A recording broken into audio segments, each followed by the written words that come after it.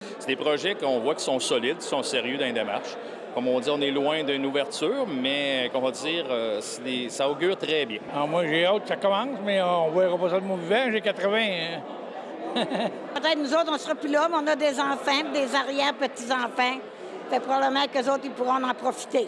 Le nouveau développement du projet annoncé de la mine du Parquet rassemble les citoyens de la municipalité lors d'une séance d'information des dirigeants de First Mining où une centaine de citoyens étaient présents. L'entreprise a réitéré son ambition de transparence. On va continuer les rencontres citoyennes. On a commencé notre nouveau site web pour que les citoyens peuvent demander des questions.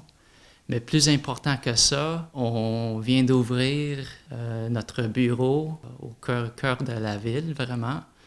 Donc, c'est un endroit, si les citoyens ils ont une question, ils ont un endroit pour venir nous parler. La tâche sera longue avant la mise en opération du complexe minier prévu en 2033. On parle d'une phase de travaux d'environ 2 millions de dollars pour la décontamination de 3000 tonnes de résidus provenant d'anciens fours de grillage. Également, on prévoit un retraitement complet de près de 4,1 millions de tonnes de résidus miniers bordant le lac du Parquet à l'ouest de la municipalité. On a un processus environnemental, le processus des évaluations des impacts environnementaux qu'on doit franchir.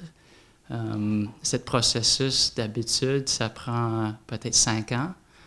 On doit faire les études de base sur l'environnement. Après ça, on doit naviguer le processus.